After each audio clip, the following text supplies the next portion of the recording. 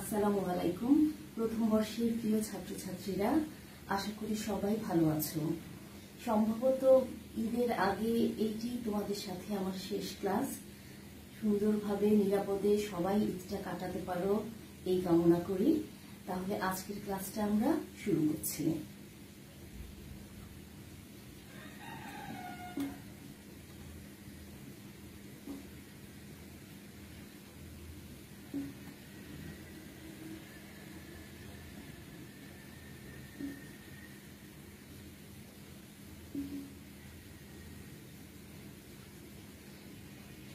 আজকের ক্লাসে আমরা প্রথমেই শুরু করব যে বিষয়টি দিয়ে, সেটি হলো মৌলিক বিক্রিয়া। মৌলিক বিক্রিয়া বলতে আমরা কি বুঝি? মৌলিক বিক্রিয়া হলো সেই বিক্রিয়া যেখানে একটি মাত্র ধাপে বিক্রিয়াটি সম্পন্ন হয়, অর্থাৎ বিক্রিয়াটি এক ধাপ সম্পন্ন, একটি ধাপে বিক্রিয়াটি সম্পন্ন হয়। দ্বিতীয়ত, এতে কোনো মধ্যবর্তী যৌগ থাকবে না, মধ্যবর্তী যৌগ এখানে কোনো উৎপন্ন হবে না। এবং তৃতীয়ত, এখানে একটি একক সংঘর্ষ হবে, বিক্রিয়ক সমূহের মধ্যে একটি একক সংঘর্ষ হবে এবং এর ফলে অবস্থান্তর অবস্থা বিশিষ্ট অণু গঠিত হবে, যার পুনর্বিন্যাস বা ভাঙনের ফলে উৎপাদ তৈরি হবে। মৌলিক বিক্রিয়ার উদাহরণে আমরা দিতে পারি যে হাইড্রোজেনের সাথে ক্লোরিনের বিক্রিয়ায় হাইড্রোক্লোরিক উৎপন্ন হয়। এটি একটি মৌলিক বিক্রিয়ার উদাহরণ হতে পারে। এখন প্রকৃতপক্ষে মৌলিক বিক্রিয়া বলে আসলে কিছু পাওয়া যায় না, এক ধাপ সম্পন্ন কোনো বিক্রিয়া প্রকৃতপক্ষে পাওয়া যায় না। কাজেই আমরা ধরে নিতে পারি বিভিন্ন ধাপযুক্ত যে বিক্রিয়াগুলো আছে তাদের প্রতিটি ধাপকে আমরা একটি মৌলিক বিক্রিয়া হিসাবে নিতে পারি এবং প্রতিটি ধাপের যে যোগফল সেখান থেকে আমাদের মৌলিক বিক্রিয়ার বা বিক্রিয়ার নিট সমীকরণ পাওয়া যাবে। এবারে আসি মৌলিক বিক্রিয়ার আণবিকত্ব সম্বন্ধে আমাদের জানতে হবে। তোমাদের সিলেবাসে আছে, দেখবে মৌলিক বিক্রিয়ার আণবিকত্ব বলতে আমরা কি বুঝি। মৌলিক বিক্রিয়ার আণবিকত্ব, আণবিকত্ব সংজ্ঞা আমরা জানি, বিক্রিয়ায় যতগুলো অণু, পরমাণু, আয়ন বিক্রিয়ক হিসাবে যুক্ত হয় তাদেরকে আমরা বিক্রিয়ার আণবিকত্ব হিসাবে নেই। এখন মৌলিক বিক্রিয়ার ক্ষেত্রে যে বিক্রিয়া যখন সম্পন্ন হয়, অর্থাৎ আমি যদি দেখি যে A প্লাস B এর ক্ষেত্রে যে এখানে যে অবস্থান্তর যে অবস্থাটা তৈরি হয় অণুর, সেখানে যে কয়টি বিক্রিয়ক উপস্থিত থাকে তাকেই ওই বিক্রিয়ার আণবিকত্ব বলা হয়। অর্থাৎ মৌলিক বিক্রিয়ায় অবস্থান্তর অবস্থার একটি অণু যে কয়টি অণু সমন্বয়ে গঠিত হয় সেটি হবে ওই বিক্রিয়ার আণবিকত্ব। এখন যেহেতু এটি একটি অবস্থান্তর অবস্থায় তৈরি হয়েছে, কাজে এখানে কি হচ্ছে, এখানে এদের মধ্যে একটি সংঘর্ষ হবে, সংঘর্ষের ফলে অবস্থান্তর অবস্থাটি তৈরি হয়। এই জন্য এই অণুর ঘনমাত্রা এই সংঘর্ষ সংখ্যার উপর নির্ভরশীল হবে। আবার আমরা যে গতিতত্ত্ব, গ্যাসের গতিতত্ত্ব থেকে জানি যে সংঘর্ষের উপস্থিত সকল অণুর ঘনমাত্রার উপর নির্ভরশীল। কাজে দুটোকে মিলে এক কথায় আমরা বলতে পারি যে মৌলিক বিক্রিয়ার হার বিক্রিয়কের, প্রতিটি বিক্রিয়কের ঘনমাত্রা বা সক্রিয় ভরের উপর নির্ভরশীল। অর্থাৎ মৌলিক বিক্রিয়ার গতি বা হার কোনটি নির্ভর করে বা কোনটাকে অনুসরণ করে? ভর ক্রিয়া সূত্রকে অনুসরণ করে। এটি হলো আমার মৌলিক বিক্রিয়ার সংজ্ঞা এবং মৌলিক বিক্রিয়ার আণবিকত্ব এবং মৌলিক বিক্রিয়ার হার নির্ধারণের নিয়ম। এবারে চলে যাই আমরা জটিল বিক্রিয়ার ক্ষেত্রে। জটিল বিক্রিয়ার আণবিকত্ব বা জটিল বিক্রিয়া বলতে আমরা কি বুঝি? জটিল বিক্রিয়া বা কমপ্লেক্স রিঅ্যাকশন। জটিল বিক্রিয়ার ক্ষেত্রে অবশ্যই প্রথম ধাপটি যেটি আসবে এটি একাধিক ধাপ যুক্ত হবে, একাধিক ধাপ সম্পন্ন হবে এবং প্রত্যেকটি ধাপের ক্ষেত্রে বিক্রিয়ার হার হবে আলাদা। জটিল বিক্রিয়ার ক্ষেত্রে প্রতিটি ধাপের ক্ষেত্রে বিক্রিয়ার হার ভিন্ন হবে, অর্থাৎ বিক্রিয়ার হার হবে এখানে ভিন্ন। বিক্রিয়ার হার হবে এখানে ভিন্ন, এবং যে বিক্রিয়ার হারটা সবচেয়ে ধীর গতির সেটাই হবে আমার রেট ডিটারমিনিং স্টেপ বা বিক্রিয়ার হার নির্ধারণী স্টেপ, যেটাকে আমরা বলি রেট ডিটারমিনিং স্টেপটা হবে কোনটা? সবচাইতে ধীর গতির যেই ধাপ সেটি হবে আমাদের বিক্রিয়ার হার নির্ধারণী ধাপ, এবং বিক্রিয়ার ক্রমও আমরা সেইটি হিসাবেই ধরে নিব। সেই ধীরগতির ধাপের যে বিক্রিয়ার ক্রম সেটাই সম্পূর্ণ বা সামগ্রিক বিক্রিয়ার ক্রম হিসাবে আমরা ধরে নিব। আচ্ছা, জটিল বিক্রিয়ার ক্ষেত্রে এর আণবিকত্ব সামগ্রিক কোনো আণবিকত্ব নেই, অর্থাৎ সামগ্রিক কোনো আণবিকত্ব এখানে নির্ধারণ করা যায় না। অর্থাৎ প্রতিটি ধাপে যে সংখ্যক বিক্রিয়ক উপস্থিত থাকে বা অংশগ্রহণ করে সেই ধাপের আণবিকত্ব সেই বিক্রিয়ক সংখ্যার উপর নির্ভর করে। অর্থাৎ এখানে প্রতিটি ধাপের আলাদা, প্রতিটি ধাপের পৃথক আণবিকত্ব হিসাব করি, এমন আমরা পৃথক আণবিকত্ব আমরা হিসাব করি, কিন্তু সামগ্রিকভাবে আমরা এর কোনো আণবিকত্ব হিসাব করতে পারি না। এটি গেল আমার জটিল বিক্রিয়া এবং জটিল বিক্রিয়ার যে আণবিকত্ব এবং হার নির্ণয় পদ্ধতি।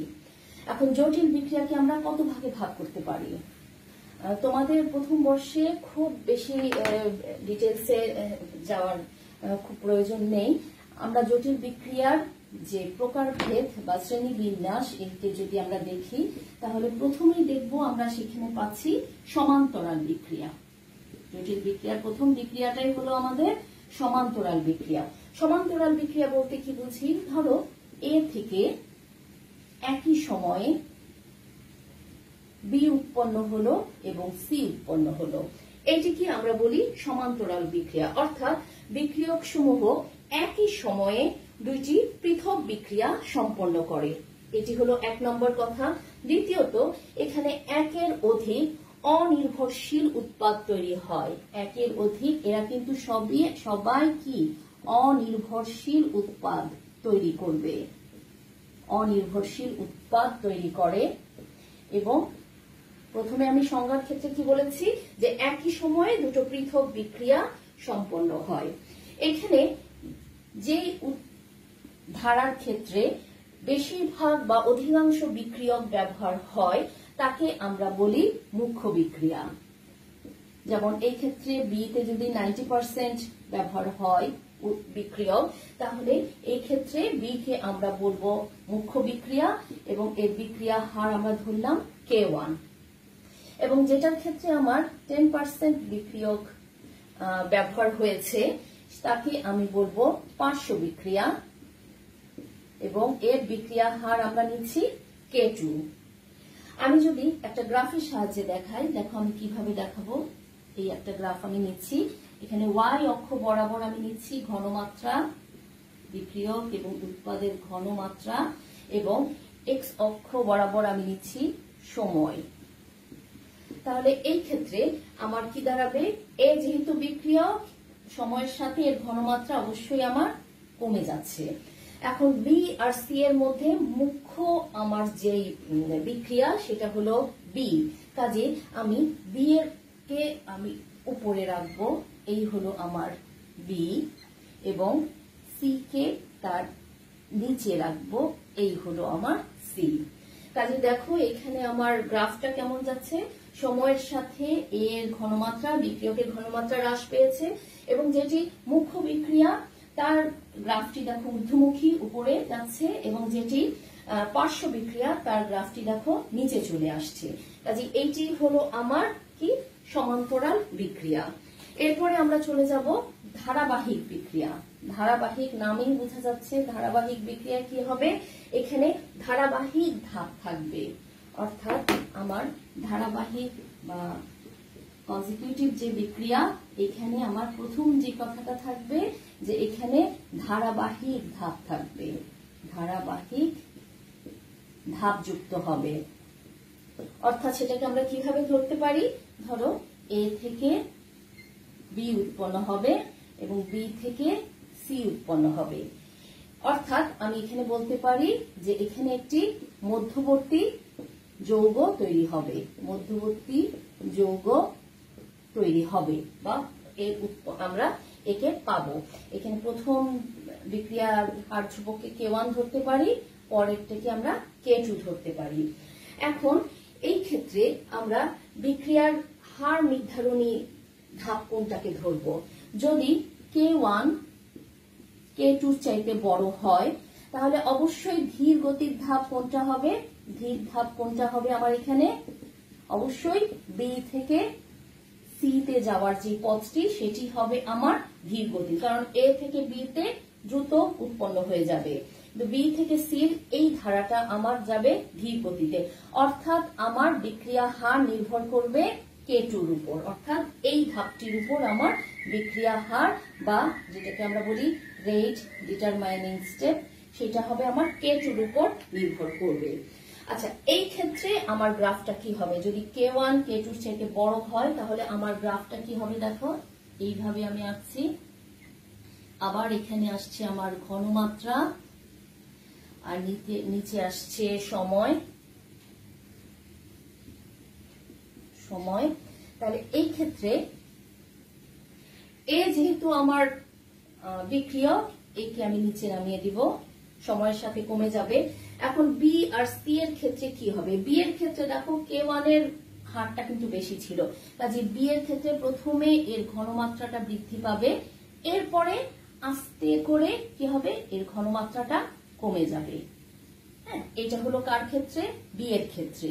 এটা আমার বি এর ক্ষেত্রে আর এটা ছিল আমার এ এর ক্ষেত্রে। তাহলে বি এর ক্ষেত্রে আমার ঘনমাত্রা প্রথমে বৃদ্ধি পেয়ে তারপরে কমে যাবে। ফাইনাল প্রোডাক্ট আমার সি। তাহলে সি উৎপন্ন হবে কিভাবে? তার গ্রাফটা হবে এই হলো আমার সি। কাজে দেখো, যখন K1 K2 চাইতে বেশি হবে এই হবে আমার গ্রাফ। আচ্ছা, এখন যদি K2 K1 এর চেয়ে বেশি হয় তখন তোমার গ্রাফটা কেমন হবে? সেই ক্ষেত্রে আবার আমি একটা গ্রাফ আঁকছি। এখানে আবার একইভাবে ঘনমাত্রা এবং এই জায়গায় আসছে আমার সময়। এ সবসময় কমে যাবে, কিন্তু এখানে খেয়াল করো K2 K1 এর চেয়ে বড়। কাজে এই ক্ষেত্রে দেখো আমার এ কিভাবে কমছে? এইভাবে। অর্থাৎ আগের মতো কিন্তু আমি একেবারে এক্স অক্ষের কাছে নিয়ে যাইনি, এইভাবে সে কমছে। এইবার কিন্তু বি এর ঘনমাত্রা আগের মতো হবে না। বি এর ঘনমাত্রা আমার কিরকম যাবে? এই ক্ষেত্রে আমার এই সামান্য বৃদ্ধি পেয়েই সে এই যে দেখো কমে গেল। এই হলো আমার বি।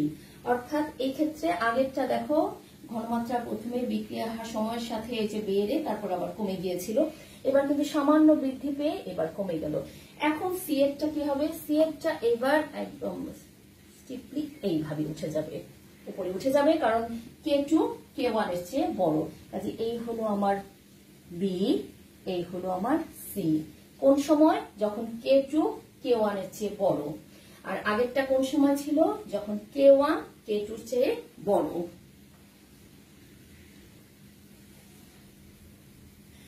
প্রতিটা বিক্রিয়ার যখন দিবে তোমাদের উদাহরণ দিয়ে দিতে হবে। যেমন এর আগে যেটা আমি করেছিলাম সমান্তরাল বিক্রিয়া, সেটা উদাহরণ দেখবে বইতে দেয়া আছে যে ফেনলের নাইট্রেশন করলে অর্থোনাইট্রোফেনল আর একটি হয় প্যারানাইট্রোফেনল, যেখানে মুখ্য বিক্রিয়া হবে অর্থোনাইট্রোফেনল এবং পার্শ্ব বিক্রিয়া হবে প্যারানাইট্রোফেনল।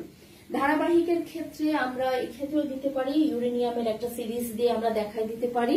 সেই ক্ষেত্রে ধারাবাহিকভাবে যে নিউক্লিয়ার বিক্রিয়াটা হয় সেটাকে আমরা ধারাবাহিক বিক্রিয়া হিসেবে নিতে পারি। এরপরে 3 নম্বর যেটা আসবে সেটা হলো আমাদের উভমুখী বা বিপরীতমুখী বিক্রিয়া। উভমুখীও বলি বা বিপরীতমুখী, অর্থাৎ যেটাকে আমরা রিভার্সিবল রিঅ্যাকশন বলি। উভমুখী বা এটা 3 নম্বর বিক্রিয়া যাচ্ছে জটিল বিক্রিয়ার, এটাকে আমরা উভমুখী বা কি বলি? বিপরীতমুখী বিক্রিয়া। দুভাবে এটার নামকরণ করা যায়, বিপরীতমুখী বিক্রিয়া। এটা কি ধরনের বিক্রিয়া? এটা তোমরা সবাই জানো যে এ থেকে বি তে যায়, উভমুখী যেহেতু আবার বি থেকে সি তে চলে আসি। সম্মুখবর্তী বিক্রিয়ার হার K1 ধরলাম, পশ্চাৎবর্তী বিক্রিয়ার হার K2 ধরলাম। অর্থাৎ এখানে আমাদের যে পয়েন্টগুলো হলো সেটা হলো বিক্রিয়ক নিজেদের মধ্যে বিক্রিয়া করে কি করে, আবার মূল উৎপাদ তৈরি করে। অর্থাৎ উৎপাদ নিজেদের মধ্যে সে বিক্রিয়া করে আবার সে কোথায় যায়, সে আবার বিক্রিয়ক তৈরি করে। এই কারণে এটাকে আমরা কি বলি, উভমুখী বিক্রিয়া বলি। আবার 2 নম্বর একটা পয়েন্ট আছে, সেটা কি বলা যেতে পারে যে এই ক্ষেত্রে যে উভমুখী এবং পশ্চাৎমুখী উভয় বিক্রিয়া দ্বারাই নিজ বিক্রিয়া হারটা প্রভাবিত হয়। অর্থাৎ K1 K2 উভয় বিক্রিয়া হার দ্বারাই নিজ বিক্রিয়ার হার বা সামগ্রিক বিক্রিয়ার হার প্রভাবিত হয় এবং আস্তে আস্তে এটি কমতে থাকে এবং সাম্যাবস্থায় কি হয়, শূন্যে পরিণত হয়। কাজেই এই ধরনের বিক্রিয়ার ক্ষেত্রে বিক্রিয়া হার নির্ণয় করা কি হবে, একটু বাধার সৃষ্টি হয় বা একটু সমস্যাজনক হয়। এখন এই ক্ষেত্রে আমার গ্রাফটা কি যাবে, এইভাবে যদি এটা বিক্রিয়া হার হয় এবং এটা সময় হয়, বিক্রিয়া হার বা সময় হয়, কিংবা এটা যদি বিক্রিয়ার ঘনমাত্রাও ধরি, তাহলে এ সময়ের সাথে সাথে কমে যাবে এবং আমরা জানি উৎপাদ বা বি সময়ের সাথে সাথে বেড়ে যাবে। এটি আমরা এ ধরেছি এবং এটি হলো আমরা বি ধরেছি। কাজে এইটি হলো আমার উভমুখী বা বিপরীতমুখী বিক্রিয়া, যেখানে উৎপাদ কি করে, নিজেদের মধ্যে বিক্রিয়া করে পুনরায় আবার কিসে পরিণত হয়, বিক্রিয়ক সমূহে পরিণত হয়।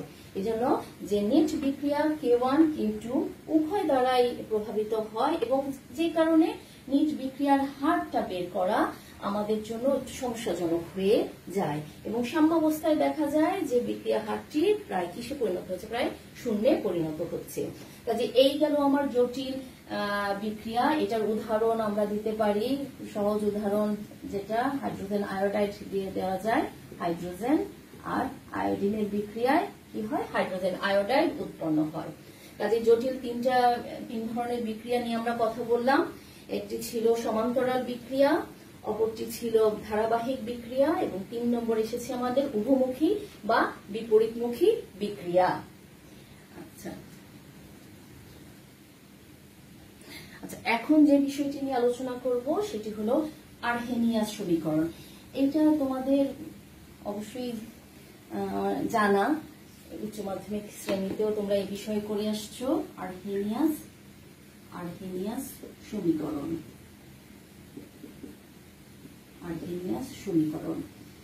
2019-এর প্রশ্নে টিকা হিসেবে এটা এসেছিল।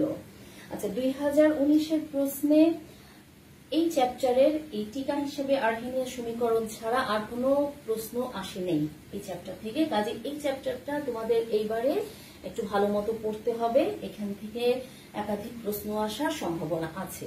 এবং আর্হেনিয়াস সমীকরণ বা বিক্রিয়া হারের উপর তাপমাত্রার প্রভাব, এটা প্রতি অল্টারনেটিভ ইয়ারেই আসে, কাজে এটা কোনোভাবে বাদ দেওয়া যাবে না। আর্হেনিয়াস সমীকরণ যেটা আমরা আগে থেকে করে আসছি, কিন্তু তোমাদের বইতে আমি যেটা দেখলাম যে এই যখন উপপাদন করব, এটা শুরু হবে কোত্থেকে, শুরু হবে অবশ্যই ভ্যান 't হফের সমীকরণ থেকে, যেখানে উনি সাম্যাঙ্ক এবং তাপমাত্রার সাথে একটি সম্পর্ক স্থাপন করেছেন। সাম্যাঙ্ক এবং পরম তাপমাত্রা বা কেলভিন স্কেলে যে তাপমাত্রা, এর মধ্যে উনি একটি সম্পর্ক স্থাপন করেছিলেন। সেটা কিরকম, সেটা ছিল D ln K by dt সমান del E by R t square. এখন এখানে কয়েকটা জিনিস খেয়াল রাখা, এই কে, ক্যাপিটাল কে, এটা সাম্যাঙ্ক, এটা বিক্রিয়ার হার না, প্রথম কথা। এবং এই ইটা কোনোভাবেই সক্রিয়ণ শক্তি না। এই ইটাকে আমরা বলি কি, যে উৎপাদ এবং বিক্রিয়কের মধ্যকার অভ্যন্তরীণ শক্তি, এটাকে আমরা অভ্যন্তরীণ শক্তি বলি বা ইন্টারনাল এনার্জি যাকে আমরা বলি, এই হলো সেটা অভ্যন্তরীণ শক্তি। কাজে এটা কোনোভাবেই কিন্তু সক্রিয়ণ শক্তি না এবং এই কেটা কোনোভাবেই বিক্রিয়ার হার না। তাহলে এটাকে আমরা কিভাবে নেই, E2 মাইনাস E1, অর্থাৎ উৎপাদের আভ্যন্তরীণ শক্তি মাইনাস বিক্রিয়কের অভ্যন্তরীণ শক্তি বা ইন্টারনাল এনার্জি, এই দুটোকে মাইনাস করলে আমাদের অভ্যন্তরীণ শক্তির পার্থক্য পাওয়া যায়। কাজে আর্গেনিয়ার সমীকরণ উপপাদন করলে এখান থেকে আমাদের স্টার্ট করতে হবে। হ্যাঁ, তারপরে লাইনগুলা তো নিশ্চয়ই তোমরা জানো, এটা অনেকবারই করা হয়েছে। এটাকে আমরা K1 বাই K2 ধরি। K1 দিয়ে কি বোঝায়? সম্মুখ বিক্রিয়ার হার, পশ্চাৎ বিক্রিয়ার হার। এখন দেখো বড় কে থেকে আমি ছোট কে তে চলে আসছি, অর্থাৎ সাম্যাঙ্ক থেকে আমি বিক্রিয়ার হার ধ্রুবকে চলে আসছি। হ্যাঁ, বাই ডিটি, আর এখানে আমরা আগের মতোই রাখছি যে E by R T square. আচ্ছা, এটা আমি আর একটু যাই, কারণ কোন জায়গাটা থেকে তুমি সক্রিয়ণ শক্তিকে ধরতে শুরু করবে সেই জায়গাটা দেখে দে। বাকি তোমরা নিশ্চয়ই এটা করে আসছো, বইতে আছে এগুলো। তাহলে এই ক্ষেত্রে এটাকে যদি আমি একটু আলাদা করে লিখি তাহলে আমরা কিভাবে পাবো? D ln of K1 minus d ln of K2, এভাবে নেই। আর এইবারে এটাকে আমি বলেছিলাম ডেল ই সমান, আমি কি বলেছিলাম? E2 মাইনাস E1 বা অর্থাৎ E2 অর্থাৎ উৎপাদের অভ্যন্তরীণ শক্তি মাইনাস বিক্রিয়কের অভ্যন্তরীণ শক্তি। তো সেটাকে আমি পরের স্টেপে আবার যদি ভাঙাই নেই তাহলে কিভাবে লিখবো? E by R T square, এটা আমি দিলাম। এখন এইটাকে যদি আমি ভাঙাই দিই, আলাদা করে লিখি, তখন একটা হবে নিচে, এটার বাই ডিটি হবে প্রত্যেকটার, এখানে বাই ডিটি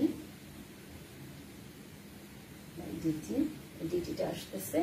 আচ্ছা, এখানে এটা ক্যাপিটাল টি হবে, ক্যাপিটাল টি পরম তাপমাত্রা। তাহলে এখানে আসবে D loan K1 by DT সমান সমান আমি কি দিলাম? এখানে দিলাম E1 by R T square যোগ আই, একটি ধ্রুবক। আই কে আমরা বলি একটি ধ্রুবক। পরেরটাকে আমি লিখতে পারি d ln K2 by DT সমান E2 by R T square plus I. তাহলে আমি দুটোকে ভাঙিয়ে কিভাবে লিখলাম? D loan K1 by DT সমান E1 by R T square plus I, I একটি সমানুপাতিক একটি ধ্রুবক, আর d ln K2 by d t E2 by R T square plus I. এখন যেহেতু পরীক্ষালব্ধ জ্ঞান থেকে আমরা জানি ই এর মান কত? 0। ই এর মান 0। এটা কোথা থেকে আমরা বের করলাম? পরীক্ষালব্ধ জ্ঞান থেকে আমরা বের করলাম। কাজেই এখান থেকে আমরা লিখতে পারি এইভাবে, এই দুটোকে আমি একবারে লিখতে পারি ডি লন কে বাই ডিটি সমান সমান ই A by R T square. এই দেখো, এই তোমার প্রথম অ্যাক্টিভেশন এনার্জি বা সক্রিয়ণ শক্তির ধারণা আমরা পেলাম। তার আগ পর্যন্ত আমি যে ই ব্যবহার করেছি, ক্যাপিটাল ই, সেটা কিন্তু অভ্যন্তরীণ শক্তি। খেয়াল রেখো এটা। এইখানে এসেই প্রথম আমি কি পেলাম? আমার এই যে অ্যাক্টিভেশন বা সক্রিয়ণ শক্তির আমি প্রয়োগ করতে পারলাম। এই যে ছোট এ দিয়ে আমরা বুঝাই অ্যাক্টিভেশন এনার্জি বুঝাই। এখন এটাকে যদি আমরা সমাকলন করি তাহলে আমরা এটাকে একটু গুছাই দেখি। D loan K A by R, আর ভিতরে কে থাকবে? D T by T square. এটাকে একটু বুঝাই, এইভাবে লেখা যায় E A by R D T by T square. এখান থেকে এসে পরে আসবে লন কে সমান A by R minus of 1 by T. এটাকে সমাকলন করে আমরা পাই প্লাস সি, একটি ধ্রুবক, সমানুপাতিক ধ্রুবক বা সমাকলন ধ্রুবক বলা যেতে পারে। দেখা যায় এই সমাকলন ধ্রুবকটা আবার একটি, দেখো একটা নতুন টার্ম আমি পেয়ে গেছি, লন এ মানের সমান। লন এটা কি? লন এটা হলো কম্পাঙ্ক বা কম্পাঙ্ক ফ্যাক্টর বা ফ্রিকোয়েন্সি ফ্যাক্টর। কম্পাঙ্ক ফ্যাক্টর বা এটাকে আমরা বলি ফ্রিকোয়েন্সি ফ্যাক্টর। এটা কি আমি পরে আসছি। এটা ফ্রিকোয়েন্সি মানে এক কথায় বোঝাই যাচ্ছে এটা সংঘর্ষের হার নির্দেশ করবে। কাজেই এই জায়গায় আমি সি এর জায়গায় কি বসিয়ে দিতে পারি? আমি অবশ্যই এখানে লন এর মানটা বসিয়ে দিতে পারি, যেহেতু সি লন এর সমান হয়। তাহলে এইখানে আমি সি এর জায়গায় বসিয়ে দিলাম লন এ।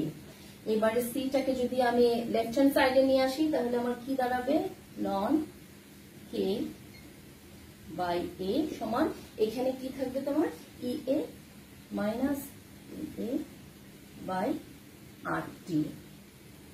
তাহলে লন কে সমান আমার আসছে যে লন কে বাই এ সমান আসছে minus E A by R টি, যেখান থেকে আমি লিখতে পারি যে এখান থেকে আমি এই জায়গায় চলে আসছি, আমি লিখতে পারি সুতরাং কে ইজ ইকুয়াল টু, সুতরাং কে বিক্রিয়ার বেগ ধ্রুবক সমান A E to the power minus E A by R T. এই হলো আমার আর্হেনিয়াসের সমীকরণ। এই এখন আমি চলে আসলাম আর্হেনিয়াসের সমীকরণের মধ্যে। কাজেই এই সমীকরণটা যখন উপপাদন করবে ভ্যান এট হফ থেকে স্টার্ট করবে, শুরু হবে কিন্তু অভ্যন্তরীণ শক্তির পার্থক্য দিয়ে, এবং এইখানে এসে প্রথম আমার সক্রিয়ণ শক্তির ধারণা আমি এটির ভিতরে দিতে পারবো। এখন আর্হেনিয়াস সমীকরণের পদ পরিচিতি গুলো জানা খুবই জরুরি। হ্যাঁ, এটা মানে এখানে কোনটা দিয়ে আমি কি বুঝাচ্ছি, যেমন কে দিয়ে আমি কি বুঝাই, কে দিয়ে বুঝাই বিক্রিয়ার হার ধ্রুবক বা বেগ ধ্রুবক। হ্যাঁ, এ দিয়ে কি বুঝাই, আচ্ছা আর দিয়ে তো আমরা জানি আর হলো মোলার গ্যাস ধ্রুবক, টি হলো কেলভিন স্কেলে তাপমাত্রা। এইবারে আসো আমরা এ দিয়ে কি বুঝাই, এ দিয়ে আমরা বুঝাই যে একটু আগে যেটা বললাম যে আমরা হলো ফ্রিকোয়েন্সি ফ্যাক্টর বলি, এটাকে কম্পাউন্ড ফ্যাক্টর বা ফ্রিকোয়েন্সি ফ্যাক্টর বলি, ফ্রিকোয়েন্সি ফ্যাক্টর, ফ্রিকোয়েন্সি ফ্যাক্টর বা ফ্রিকোয়েন্সি বন্টনও বলতে পারো। এটা দিয়ে কি বুঝাই আমরা, এইটা দিয়ে বিক্রিয়কের আণবিক সংঘর্ষের হার নির্দেশ করে। খেয়াল করো আমি কি বলছি, এ দিয়ে আমরা কি বুঝাই ফ্রিকোয়েন্সি ফ্যাক্টর, যেটা দিয়ে বিক্রিয়কের আণবিক সংঘর্ষের আমরা কি বুঝি হার নির্দেশ করি, এবং ই এ দিয়ে আমরা কি বুঝাই সক্রিয়ণ শক্তি।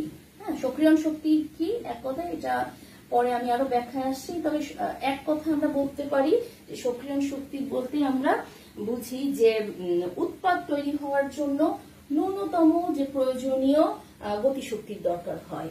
হ্যাঁ, উৎপাদ তৈরি হতে ন্যূনতম প্রয়োজনীয় যে গতিশক্তি তাকেই আমরা সক্রিয়ণ শক্তি বলি।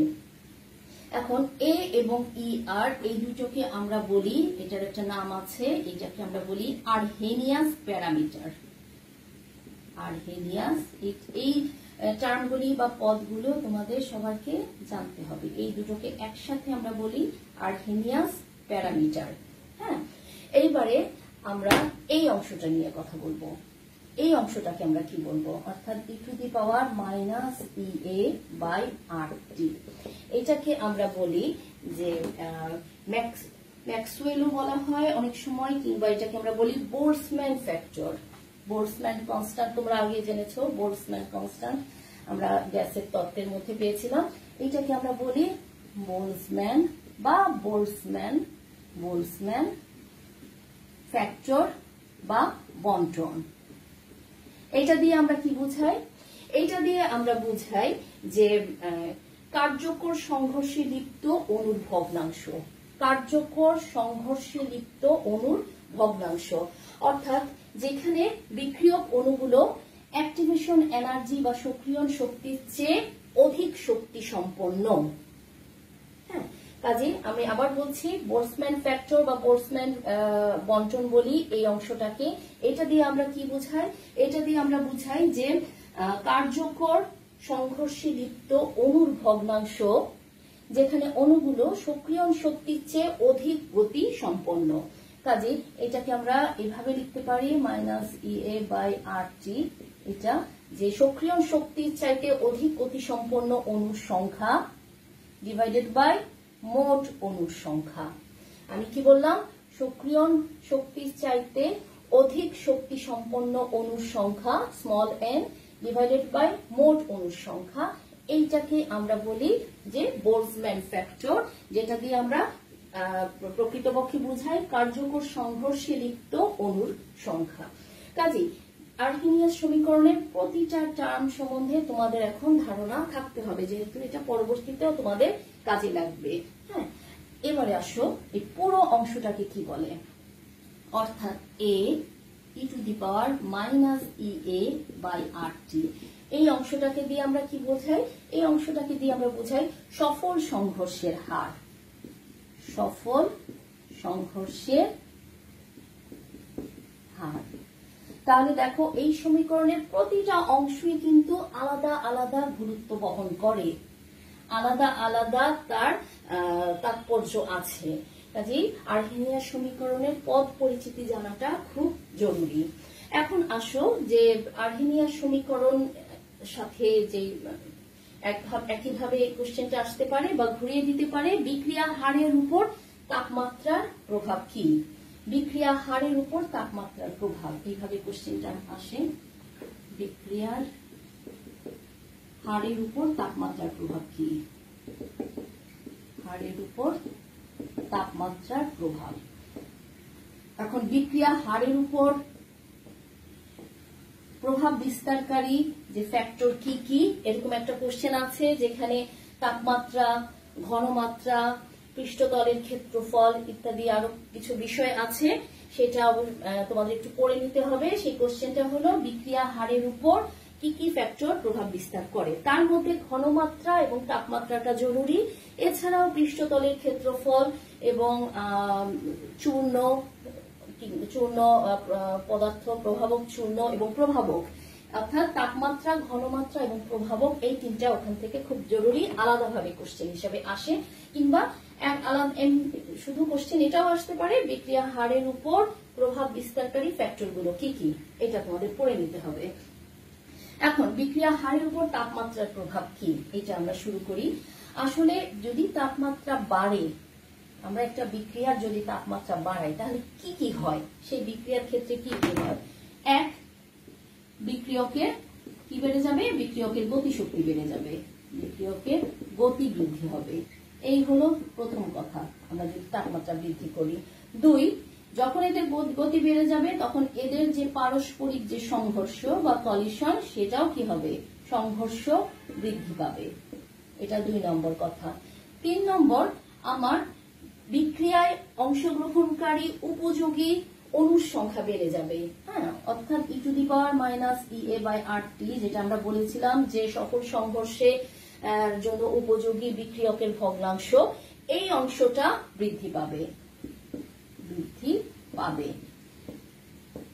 অর্থাৎ এটাকে আমরা কিভাবে আমরা লিখতে পারি যে বিক্রিয়ায় অংশগ্রহণের উপযোগী অণুর ভগ্নাংশ বেড়ে যাবে। হ্যাঁ, কেন বেড়ে যাবে? কারণ এই ক্ষেত্রে এরা সক্রিয়ণ শক্তির চাইতে অধিক গতিশক্তি প্রাপ্ত হবে, অর্থাৎ সক্রিয়ণ শক্তির চেয়ে অধিক গতিশক্তি সম্পন্ন হবে, গতিশক্তি সম্পন্ন অণুর সংখ্যা বৃদ্ধি পাবে, গতিসম্পন্ন অণুর সংখ্যা বৃদ্ধি পাবে। কাজে যদি তাপমাত্রা বেড়ে যায়, এইগুলোই হবে আমার প্রথম প্রভাব। বিক্রিয়কের গতি বৃদ্ধি পাবে, এর ফলে এদের পারস্পরিক সংঘর্ষ বৃদ্ধি পাবে, এর ফলে সংঘর্ষ যখন বৃদ্ধি পাবে সক্রিয়ণ শক্তির চেয়ে অধিক গতিসম্পন্ন অণুর সংখ্যা বৃদ্ধি পাবে, এর ফলে ই to the power minus EA/R2, অর্থাৎ সফল সংঘর্ষ করার জন্য যেই পরিমাণ অণুর ভগ্নাংশ দরকার বা বোলৎজম্যান বন্টন, সেই অংশটাও বৃদ্ধি পাবে। আর এর ফলে আমাদের কি কি হতে পারে? এর ফলে আমরা যেটা দেখব যে আমরা যদি আর্হেনিয়াসের সমীকরণ থেকে আমরা যদি খেয়াল করি, তাহলে আমি আর্হেনিয়াসের সমীকরণটা লিখছি। আর্হেনিয়াসের সমীকরণ ছিল K সমান A E to the power minus EA/RT। দেখা যায় যে একটি বিক্রিয়ায় এর মান বা ফ্রিকোয়েন্সি ফ্যাক্টরের মান তেমন কোনো পরিবর্তন হয় না। তুমি তাপমাত্রা যতই বাড়াও, এর 2 থেকে 3% বেশি এর কোনো পরিবর্তন হয় না। ঠিক আছে, তাহলে যদি আমরা তাপমাত্রা বৃদ্ধি করি তাহলে বিক্রিয়ার হার বাড়ে কেন? তাপমাত্রা বৃদ্ধিতে বিক্রিয়া হারের কারণটা কি? তাপমাত্রা বৃদ্ধি করলে এই অংশটার মান বৃদ্ধি পায়, H E to the power minus E A by R two, এই অংশটার মান বৃদ্ধি পায়। যেহেতু আমি বলেছি এর মানের তেমন কোনো পরিবর্তন হয় না, এই মানটা বৃদ্ধি পায়, যেটাকে আমরা বলি কি যে বোলসম্যান ফ্যাক্টর, যেটাকে আমরা বলেছি বোলসম্যান ফ্যাক্টর বৃদ্ধি পায়। এটা প্রায় মানে দ্বিগুণ 3 গুণ পর্যন্ত, এটা যেহেতু কতটুকু বেড়েছিল 2 থেকে 3% পর্যন্ত বেড়েছিল, আর এটা একদম দ্বিগুণ বা 3 গুণ পর্যন্ত বৃদ্ধি পায়। 3 গুণ বৃদ্ধি পায়। কোনটা বৃদ্ধি পায়? বোলসম্যান ফ্যাক্টর, অর্থাৎ এই অংশটা বৃদ্ধি পায়। কাজেই বিক্রিয়ার হার যে বৃদ্ধি পায় তাপমাত্রা বৃদ্ধিতে, সেটা সম্পূর্ণ নির্ভর করবে এই অংশটার উপর, যেটাকে আমরা বলি বোলসম্যান ফ্যাক্টর বা বোলসম্যান বন্টন, এইটার উপর। তাহলে সক্রিয়ণ শক্তির এখানে প্রভাবটা কি? সক্রিয়ণ শক্তির এইটাই প্রভাব, যেহেতু এখানে একটা মাইনাস সাইন আছে, দেখা যাচ্ছে যে সক্রিয়ণ শক্তি বৃদ্ধি পেলে, E to the power minus E A by R T কি হবে? যেহেতু মাইনাস আছে, এ হ্রাস পায়। কাজেই বিক্রিয়ার হারের উপর যে তাপমাত্রার প্রভাব, সেটা সম্পূর্ণ বোলসম্যান ফ্যাক্টরের উপর নির্ভর করবে, এবং অ্যাক্টিভেশন এনার্জি যদি বেড়ে যায় সেই ক্ষেত্রে বোলসম্যান ফ্যাক্টরটা হ্রাস পাবে, এবং অ্যাক্টিভেশন এনার্জি যদি হ্রাস পায় সেই ক্ষেত্রে আমার কার্যকরী সংঘর্ষে লিপ্ত অণুর সংখ্যা বৃদ্ধি পাবে বা অণুর ভগ্নাংশ বৃদ্ধি পাবে, এবং ফলত বিক্রিয়ার হারও বৃদ্ধি পাবে। এটা হলো তাপমাত্রা বৃদ্ধিতে। হ্যাঁ, এখন যদি কোনো নির্দিষ্ট তাপমাত্রায় বিক্রিয়াটা হয় তাহলে কি হয়? এখন এটা বলেছিলাম আমি তাপমাত্রা বৃদ্ধিতে। এবারে দেখো, যদি নির্দিষ্ট তাপমাত্রায় বিক্রিয়াটি সম্পন্ন হয় তখন কি হয়? তখন যেটা হয়, আমি নির্দিষ্ট তাপমাত্রায় হলে তো টি এর কোনো পরিবর্তন নাই, এই ক্ষেত্রে অ্যাক্টিভেশন এনার্জি যত বাড়বে বৃদ্ধিতে, বিক্রিয়ার হার ধ্রুবক বা কে হ্রাস পাবে। এইটা তুমি তাপমাত্রা বৃদ্ধি না করে কিভাবে করতে পারো? ধরো তুমি যদি একটা প্রভাবক ব্যবহার করো, প্রভাবকের কাজ কি? প্রভাবক কাজ হলো বিক্রিয়ার হারটাকে সে বাড়িয়ে দেয়া। কিভাবে? সে একটা বিকল্প পথ তৈরি করে যায়, বিক্রিয়া সম্পন্ন হওয়ার একটা বিকল্প পথ সে তৈরি করে যায়, যেটা হবে নিম্ন শক্তির বিকল্প পথ সে তৈরি করে দেয়। হ্যাঁ, নিম্ন শক্তির বিকল্প পথ তৈরি করার ফলে কি হয়? অ্যাক্টিভেশন এনার্জিটাকে হ্রাস পায়। যেহেতু নিম্ন সক্রিয়ণ শক্তি হ্রাস পাবে, ফলে কে এর মান বৃদ্ধি পাবে। কাজেই বিক্রিয়া হারের উপর তাপমাত্রার প্রভাব দেখতে হলে প্রথমে তোমার কিছুটা ব্যাখ্যা দিতে হবে, তারপরে তাপমাত্রা বৃদ্ধিতে বিক্রিয়া হারের উপর নির্ভরশীলতা, এরপরে নির্দিষ্ট তাপমাত্রায় এর যে প্রয়োগ সেটা তোমাকে করে দেখাতে হবে। এখন যে কোশ্চেনটা আসবে সেটা হলো আর্হেনিয়াস সূত্রের প্রয়োগ। আর্হেনিয়াস সূত্রের যে প্রয়োগ সেটা হলো, এবার দেখাবো সূত্রের প্রয়োগ। আমরা সূত্র করেছি, এবার আর্হেনিয়াস সূত্রের প্রয়োগ। আর্হেনিয়াস সূত্রের প্রয়োগের মধ্যে প্রথমেই কি আসবে? 1 নম্বরে আসবে, আমরা কি করি? এর দ্বারা আমরা সক্রিয়ণ শক্তি নির্ণয় করতে পারি। সক্রিয়ণ শক্তি নির্ণয় করতে পারি, তাই না? যেহেতু আমরা কে সমান A E to the power minus E A by R T, হ্যাঁ, তাহলে উভয় ক্ষেত্রে যদি লন নেই বা লগ নেই, যেটাই হয়, তাহলে এখানে কি হবে? লন কে সমান লন A minus E A by R T. সেই ক্ষেত্রে তোমার গ্রাফটা কেমন হবে? তোমার গ্রাফটা হবে এইভাবে যাবে, যেহেতু এটা y সমান mx প্লাস c এর মতো হচ্ছে, এখানে আমি যদি লন কে নেই, এটা আমি এইভাবে লিখি 1/t, that is mx, তাহলে x থেকে যাচ্ছে 1/t। এখন দেখো এখানে একটা মাইনাস আছে, যখনই এরকম মাইনাস আছে তখন যে গ্রাফটা আমরা পাই এটাকে আমরা বলি নেগেটিভ স্লোপ। এখান থেকে আমরা নেগেটিভ স্লোপ পাই, আর যদি প্লাস থাকতো তাহলে আমরা এটাকে পারতাম পজিটিভ স্লোপ যুক্ত গ্রাফ।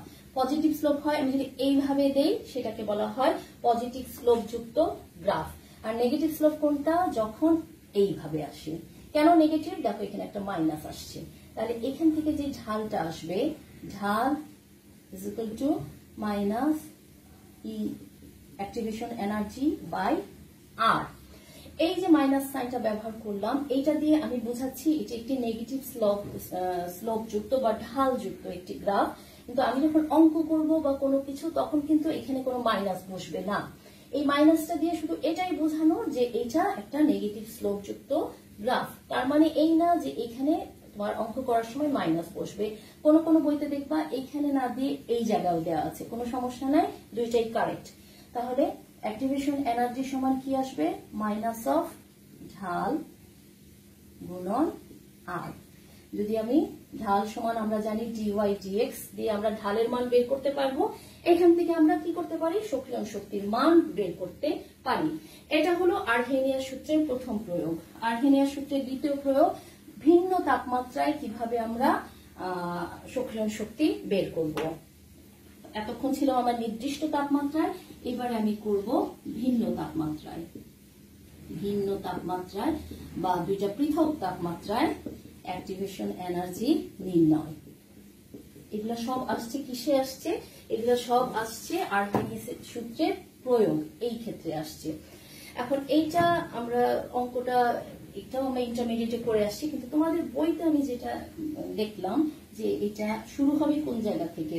ডি লন কে সমান A by R D T by T square.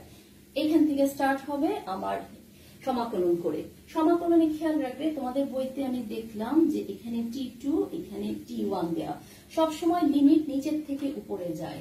হ্যাঁ, কাজেই T1 উপরে T2, যেখানে T1 গ্রেটার দেন T2। এখানে যেহেতু কে আছে আমি এখানে দিচ্ছি K1, এখানে আমি দিচ্ছি K2। হ্যাঁ, আর তাহলে এখানে আসবে T1 T2, অর্থাৎ নিচের থেকে উপরে K1 ইনিশিয়াল K1 বা প্রাথমিক বেগ ধ্রুবক K1 দেন K2। প্রাথমিক একটি তাপমাত্রা বা একটি তাপমাত্রা T1, অপর তাপমাত্রা T2, এইভাবে নিচের থেকে উপরে যাবে। তাই এখান থেকে যদি আমরা করি তাহলে আমাদের কি আসবে? লন K2 বাই K1, এখানে একটা মাইনাস আসবে অবশ্যই, A বাই আর, উপরে T2, কাজেই 1 by T2 minus 1 by T1। যদি আমরা মাইনাসটা সরাই দেই তাহলে কি হবে? 1 by T1 minus 1 by T2। যদি আমরা মাইনাস সরাই দিই, আর যদি মাইনাস রাখি তাহলে 1 by T2 minus 1 by T1। এটা কি?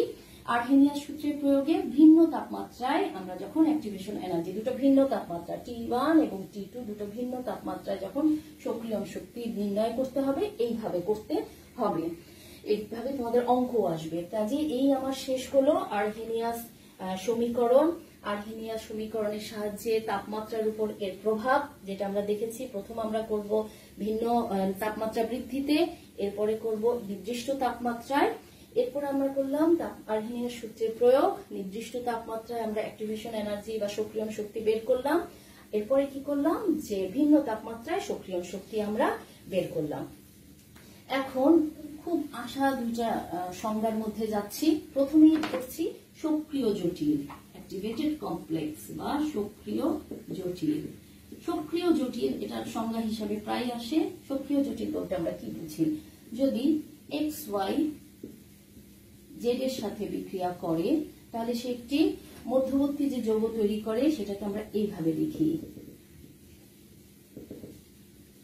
ডট দিয়ে লিখলাম। তার মানে কি? বিক্রিয়ক অণুগুলো যখন পরস্পরের নিকটবর্তী হয় তাদের মধ্যে যে পারস্পরিক একটা কি হয়, নিকটবর্তী হলেই কি হবে? এদের মধ্যে একটা সংঘর্ষ হবে। অর্থাৎ এরা যখন পরস্পর নিকটবর্তী হয় এদের মধ্যে সংঘর্ষ হয়, ফলে এদের যে বন্ধন দূরত্ব এবং শক্তি এদের ক্রমাগত পরিবর্তন ঘটতে থাকে। কি ধরনের পরিবর্তন ঘটে? এখানে শক্তির যেটা হবে পুনর্বন্টন ঘটে, শক্তির পুনর্বন্টন ঘটে। এবার দেখো পুনর্বন্টন ঘটছে এবং বন্ধনের পুনর্বিন্যাস হবে। দেখো এটা পুনর্বিন্যাস হচ্ছে, কাজে শক্তি রিডিস্ট্রিবিউশন, পুনর্বন্টন হচ্ছে এবং শক্তি আমার কি যাচ্ছে? পুনর্বন্টন হচ্ছে, পুনর্বন্টন হচ্ছে। আর বন্ধন কি হচ্ছে? দেখো আমি নতুন করে প্রায় দেখাচ্ছি, নতুন করে এটা কি হচ্ছে?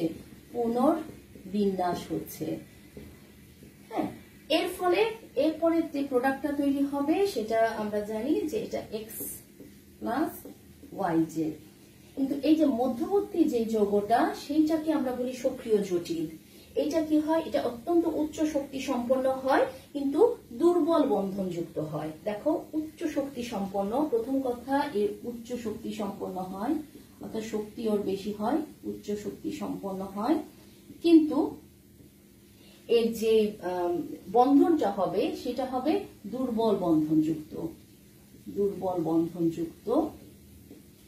এবং এটি যেটি হবে যে অত্যন্ত ক্ষণস্থায়ী হবে। 3 নম্বর পয়েন্ট, এটা অত্যন্ত ক্ষণস্থায়ী বা স্বল্পস্থায়ী। এই যে যৌগটা তৈরি হলো এইটা কি আমরা বলি সক্রিয় জটিল। কাজে সক্রিয় জটিলের সংজ্ঞা কি, বিক্রিয়ক অণুগুলো পরস্পরের সংঘর্ষে আসলে নিজেদের মধ্যে সংঘর্ষ হয় এবং এতে এদের যে শক্তির পুনর্বন্টন হয় এবং বন্ধনের পুনর্বিন্যাস হয়। এতে একটি উচ্চ শক্তি সম্পন্ন দুর্বল বন্ধনযুক্ত এবং ক্ষণস্থায়ী যৌগ তৈরি হয়, যাকে আমরা সক্রিয় জটিল বলতে পারি। সক্রিয় জটিলের গ্রাফ দিয়ে আমরা যেভাবে দেখাই, এটা এইরকম করে আসবে। হ্যাঁ, এটা যদি হয় স্থিতি শক্তি বা পটেনশিয়াল শক্তি, আর এইখানে আসবে বিক্রিয়ার অক্ষ বা বিক্রিয়ার ধারা, যেভাবে বলো বিক্রিয়ার অক্ষ বলি, বিক্রিয়ার ধারাও বলি, হ্যাঁ কোঅর্ডিনেট বলি। এইখানে এইটা যদি হয় আমার উৎপাদ, এটা যদি আমার উৎপাদ হয় এবং এই যদি হয় আমার বিক্রিয়ক, তাহলে এখানে যদি আমি এখানে শুরু করেছিলাম আমি কি দিয়ে, এ এক্স প্লাস ওয়াই দিয়ে, এইখানে যে যৌগটা সেটা হবে এ এক্স ওয়াই। এই হলো আমার সক্রিয় যৌগ, এই আমার সক্রিয়